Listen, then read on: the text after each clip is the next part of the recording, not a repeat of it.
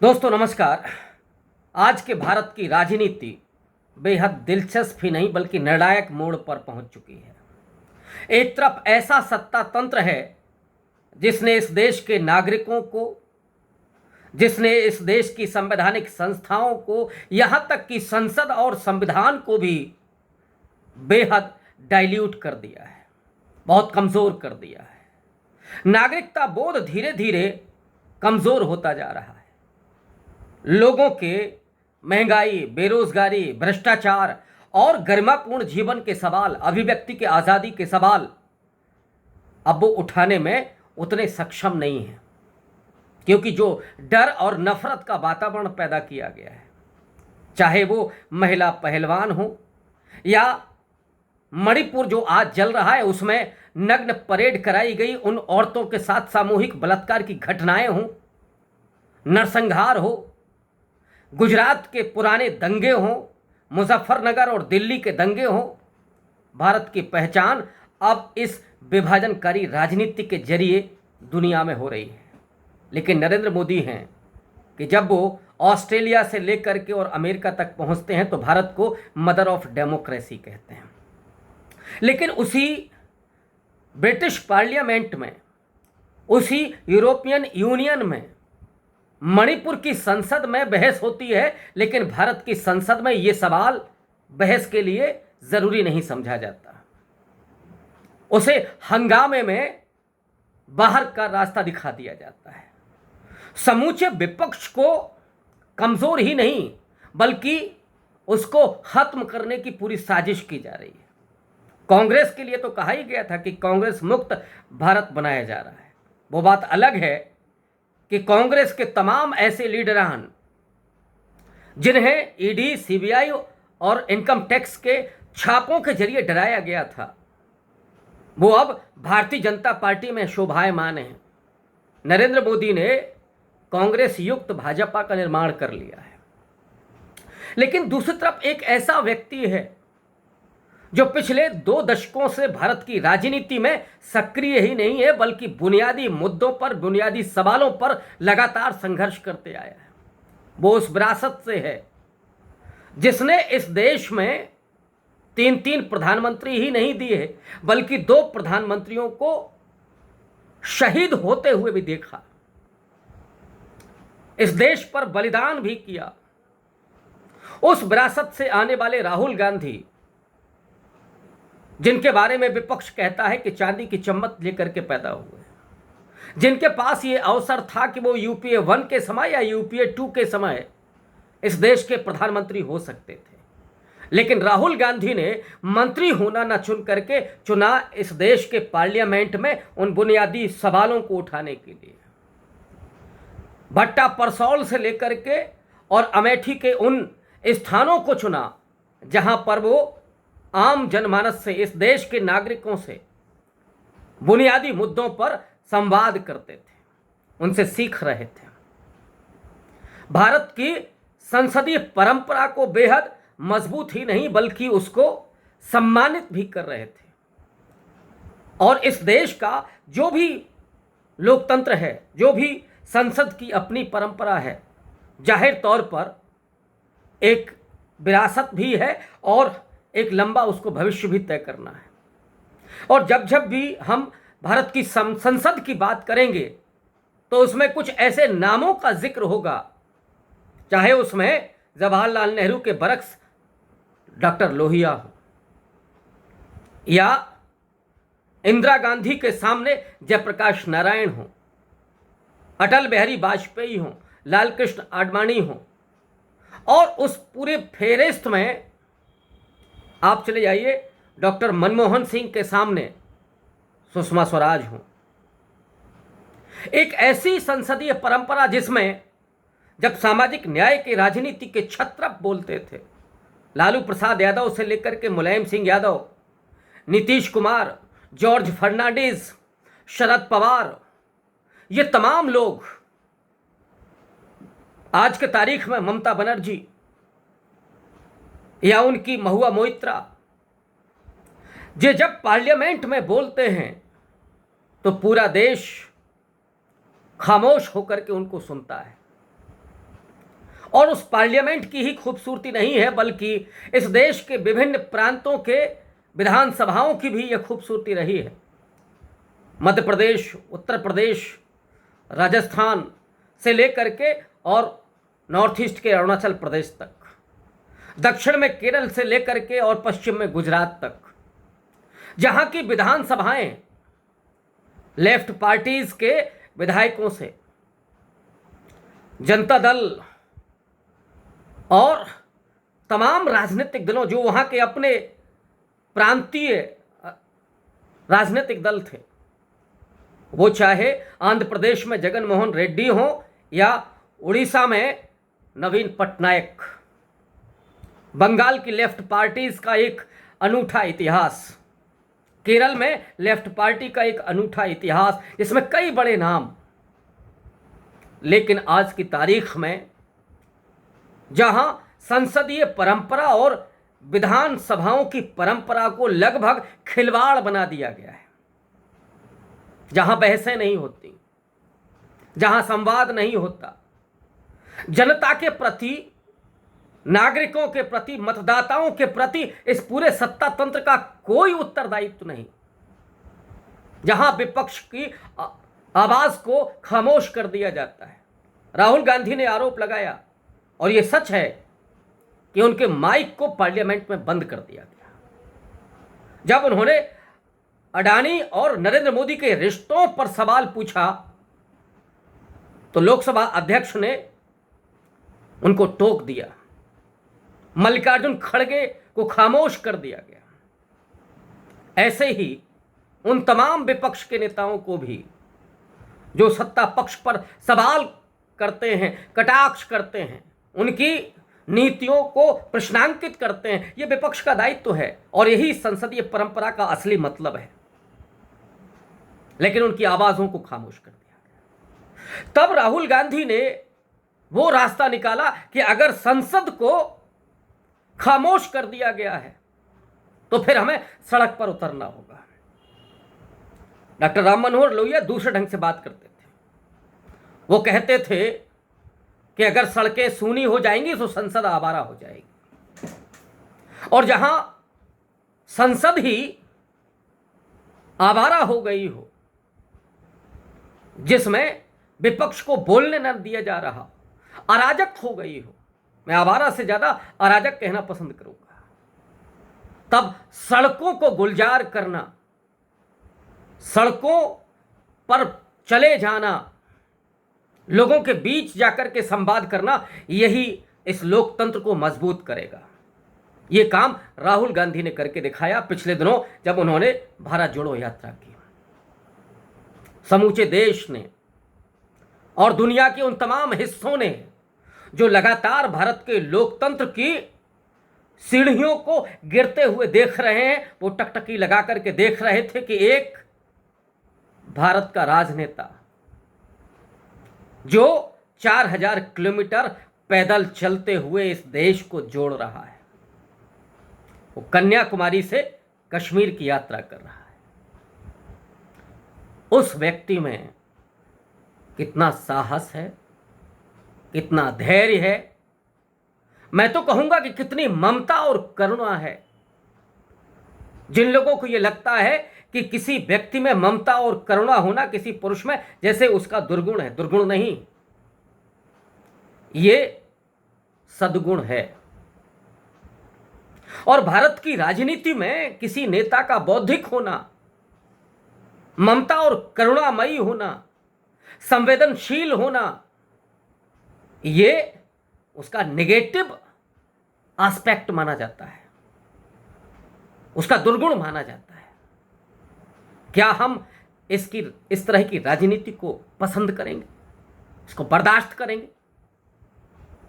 क्या हम भूल गए हैं जवाहरलाल नेहरू और अंबेडकर को, गांधी और अंबेडकर के उस संघर्ष को? और ये दोनों ही व्यक्ति हैं जिन्होंने जमीन पर जाकर के इस देश में सामाजिक और राजनीतिक आजादी का आंदोलन चलाया। क्या हम भूल जाएंगे डॉक्टर लोहिया के उस प्रतिपक्ष की मजबूत आवाज को, और ये नेहरू की खूबी थी कि विपक्ष संख्या बल में भले ही मजबूत ना हो, लेकिन उसका पूरा सम्मान था, क्योंकि लोकतंत्र और संसद विपक्ष के बिना पूरी नहीं होती, मुकम्मल नहीं होती। लेकिन राहुल गांधी ने सड़क पर आकर के, लोगों के बीच आकर के उनकी उम्मीदों को, उनकी अपेक्षाओं को फिर से जगाया, उनके भीतर के भय को, उनके भीतर के उस डर को उन्होंने दूर करने की कोशिश की। वो जो विभाजन पैदा हुआ है उसको जोड़ने की कोशिश की। इस देश के हिंदू मुसलमानों के बीच, हिंदू ईसाइयों के बीच, इस देश के दक्षिण और उत्तर के बीच, इस देश के पूरब और पश्चिम के बीच, हिंदी और गैर हिंदी भाषी राज्यों के बीच, या ऐसे ही और तमाम अस्मिताओं के बीच जो संघर्ष, जो दूरी पैदा हुई है, उसको एक साथ ला करके उस मुकम्मल भारत की तस्वीर को बनाने का प्रयास राहुल गांधी ने किया। और उसके बाद जो रिजल्ट आया राजनीति में, जो लोग ये समझते हैं कि इस देश के मतदाताओं को भ्रम में पैदा करके उनको खरीदा जा सकता है, अगर मतदाता नहीं बिकता है तो फिर नेता को खरीदा जा सकता है, सरकार अगर त्रिशंकु होती है तो नेताओं को खरीद करके सरकार बनाई जा सकती है, विपक्ष अगर सरकार बना ले तो उसके विधायकों को खरीद करके सरकार बनाई जा सकती है। वो एक जुमला चल रहा था कि जहां हमारी सरकार बन गई तो वो तो बन ही गई, और जहां नहीं बनी तो वहां तो डेफिनेटली बनेगी। ये अमित शाह का अपना एजेंडा। इस समय जहां जितनी जगह भारतीय जनता पार्टी की सरकारें हैं उसमें केवल 4 राज्यों में उनकी अपनी सरकारें हैं, बाकी जगहों पर उन्होंने तोड़ फोड़ करके सरकारें बनाई हैं। वो चोरी का वो बहुमत है, जो जनमत है उस पर डाका डाला गया है। इस बात को भी राहुल गांधी रेखांकित कर रहे हैं, और सबसे ज्यादा उन्होंने इस देश के लोगों की प्रत्याशाओं को जगाया, उम्मीदों को जगाया, और डट करके खड़े रहने के लिए उन्होंने कहा। नतीजे में कर्नाटक जीता ही नहीं भारतीय जनता पार्टी ने, इस देश के लोगों के मिजाज को जीता, उनकी भावनाओं को जीता। उसमें जब राहुल गांधी कामयाब होते हैं तो जो उम्मीद नहीं थी भारतीय जनता पार्टी और आरएसएस को, उन्होंने जो हजारों करोड़ रुपए खर्च करके राहुल गांधी के बारे में लोगों की जो धारणा बनाई थी, वो धारणा ब्रेक हो गई। राहुल गांधी गांधी के रूप में महात्मा गांधी की तरह नजर आने लगे लोगों को। तब से भयभीत और डरी हुई भारतीय जनता पार्टी। और अब जब भारत जोड़ो यात्रा पार्ट 2 की तैयारी हो रही है, बल्कि वो तैयारी बन भी चुकी है। अरुणाचल प्रदेश के पासीघाट से लेकर के गुजरात के पोरबंदर तक वो यात्रा होनी है। वो अक्टूबर माह में समाप्त होनी है, और ये वो यात्रा है जहां से भारतीय जनता पार्टी के उस पूरे हिंदू हार्टलैंड या हिंदी हार्टलैंड, उस पर राहुल गांधी चलेंगे। और जो नफरत के बीज बोए गए हैं, जो इस समाज को तोड़ा गया है, जो इसमें भय पैदा किया गया है, उसको राहुल गांधी समतल बनाने के लिए आ रहे हैं। इस देश में प्रेम, सौहार्द, मोहब्बत, इसका संदेश लेकर के आ रहा है। ये घबराई हुई बीजेपी उस भारत जोड़ो यात्रा पार्ट 2 को ही रोकना चाहती है, और इसीलिए मुझे लगता है कि मणिपुर में जो पिछले 80-82 दिनों से हो रहा है, वो कहीं इस साजिश का हिस्सा तो नहीं है कि पूरे नॉर्थ ईस्ट को एक ऐसे माहौल में तब्दील कर दिया जाए कि जहां से भारत जोड़ो यात्रा की जो योजना है उसको ही खारिज कर दिया जाए कि साहब माहौल ठीक नहीं है। मुझे तो आशंका यहां तक है कि कहीं उत्तर प्रदेश में भी तो कुछ ऐसे ही हालात नहीं बन सकते हैं जैसे 2013 में मुजफ्फरनगर दंगों के बाद बने थे, कि जहां ये कह करके उस यात्रा की अनुमति नहीं दी जाए कि साहब माहौल ठीक नहीं है, समाज में तनाव है, या हिंसा हो रही है, या दंगे हो रहे हैं, फसाद हो रहे हैं। ऐसे माहौल को पैदा करके उस यात्रा को रोकने की साजिश मुझे दिखाई पड़ती है। दोस्तों, मणिपुर में जो हुआ इतना शर्मनाक कि जिसकी कभी आप उम्मीद नहीं कर सकते। और मुझे तो समझ में नहीं आता है कि प्रधानमंत्री नरेंद्र मोदी क्या मुंह लेकर के जाएंगे इस देश के बाहर। क्या तब भी वो जाकर के ये कह सकते हैं कि सब चंगा सी? क्या वो ये कह सकते हैं कि हमारे देश में कुछ ऐसा नहीं हो रहा, जैसा उनके विदेश मंत्री और राष्ट्रीय सुरक्षा सलाहकार पहले भी कह चुके हैं कि कोई मानवाधिकारों का उल्लंघन नहीं हो रहा है, और हमसे ज़्यादा तो अमेरिका में हो रहा है।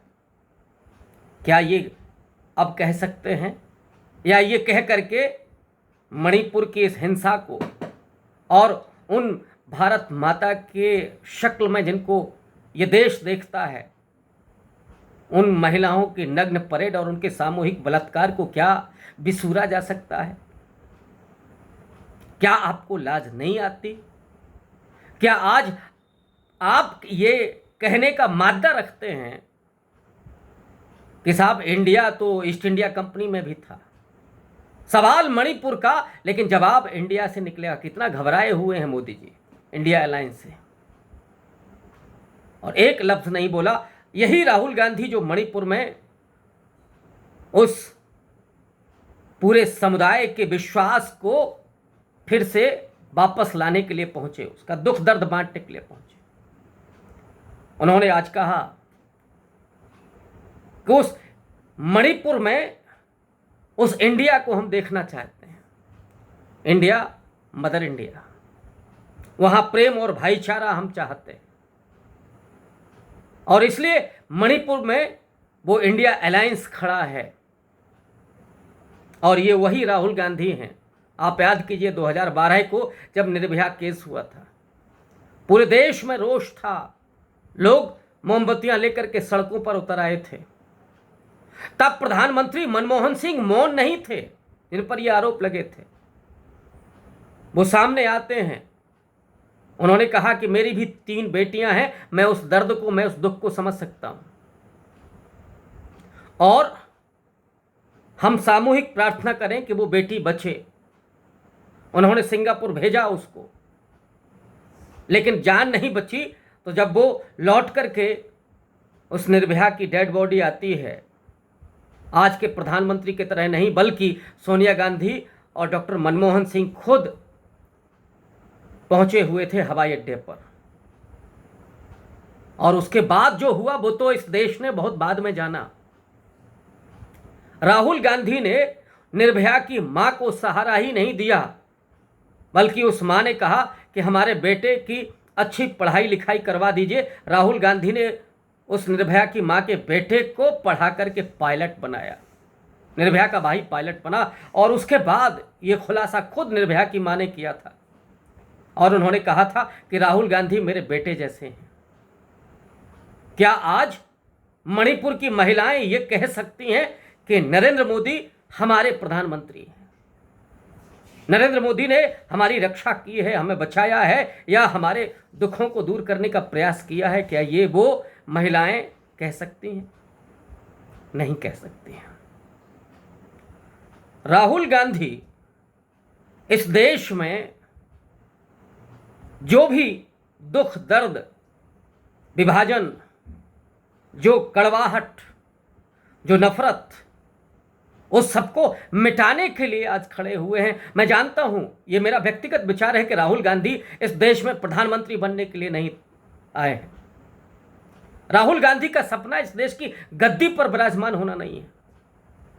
राहुल गांधी का सपना इस देश में लोगों को एकजुट करना, प्रेम और सौहार्द पैदा करना। और मैं समझता हूं कि जो हैसियत कभी महात्मा गांधी की थी, वो प्रधानमंत्री नहीं हुए, प्रधानमंत्री जवाहरलाल नेहरू हुए, लेकिन महात्मा गांधी राष्ट्रपिता हुए। राहुल गांधी का कद जो इस समय बन रहा है, और राहुल गांधी जो मेहनत कर रहे हैं, और उस गंभीरता से, उस संवेदनशीलता से जो लोगों के मर्म को छू रहे हैं और पूरी दुनिया की निगाहें हैं, जरा आप इस एंगल से सोचिए कि 2024 में जब कांग्रेस पार्टी और इंडिया अलायंस का गठबंधन जीतेगा, इस देश से नफरत की दीवारें ढाई जाएंगी, मोहब्बतों की दुकान खुलेंगी, प्रेम और सौहार्द होगा, किसी भी अपराध पर अपराधी को बख्शा नहीं जाएगा, किसी प्रदेश को जलते हुए बेसहारा नहीं छोड़ा जाएगा। ऐसा अगर भारत राहुल गांधी बना पाते हैं तो इसमें कोई दो राय नहीं है कि राहुल गांधी प्रधानमंत्री हों या ना हो। मुझे तो लगता है कि उनका ये कोई ख्वाब नहीं है, लेकिन दुनिया उनको एक ऐसे शांति दूत के रूप में देखेगी, एक ऐसे प्रेम और सौहार्द के संदेश वाहक के रूप में राहुल गांधी को दुनिया स्थापित करेगी, स्वीकार करेगी।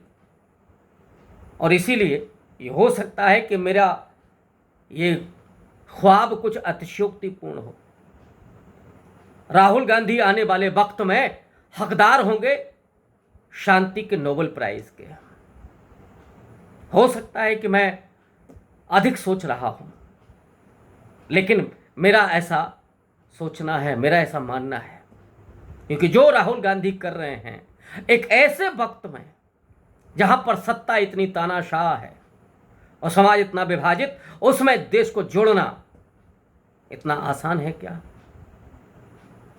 जहां बलात्कारियों का सम्मान होता हो, मिठाइयां खिलाई जाती हों, जहां बलात्कारियों के समर्थन में तिरंगाएं, यात्राएं निकाली जाती हों, जहां बलात्कारियों को श्रेष्ठ ब्राह्मण कह करके छोड़ दिया जाता हो, जहां हत्यारों का इस्तकबाल होता हो, मालाएं उनको पहनाई जाती हों। याद कीजिए मुजफ्फरनगर की घटनाएं, पश्चिमी उत्तर प्रदेश की घटनाएं, जहां इंस्पेक्टर सुबोध कुमार सिंह के हत्यारों का भारतीय जनता पार्टी सरकार के एक मंत्री ने मालाएं पहना करके स्वागत किया।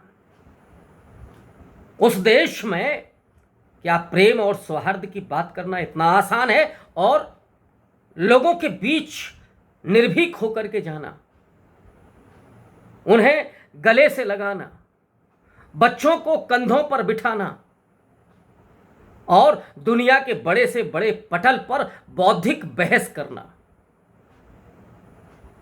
पत्रकारों के सवालों के जवाब देना, देश की क्या आर्थिक नीति हो, क्या विदेश नीति हो, इस पर निष्पक्ष होकर के, निर्द्वंद होकर के अपने विचार रखना, और इस देश के मजलूमों, दलितों, आदिवासियों, अल्पसंख्यकों, पिछड़ों के साथ कदम से कदम मिलाकर के खड़े होना, उनके लिए धक्के भी खाना, ये काम सिर्फ राहुल गांधी कर रहे हैं। हाथरस की घटना को याद कीजिए।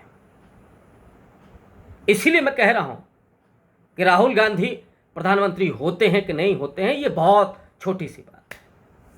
राहुल गांधी एक दिन शांति के नोबेल प्राइज के हकदार होंगे। शुक्रिया।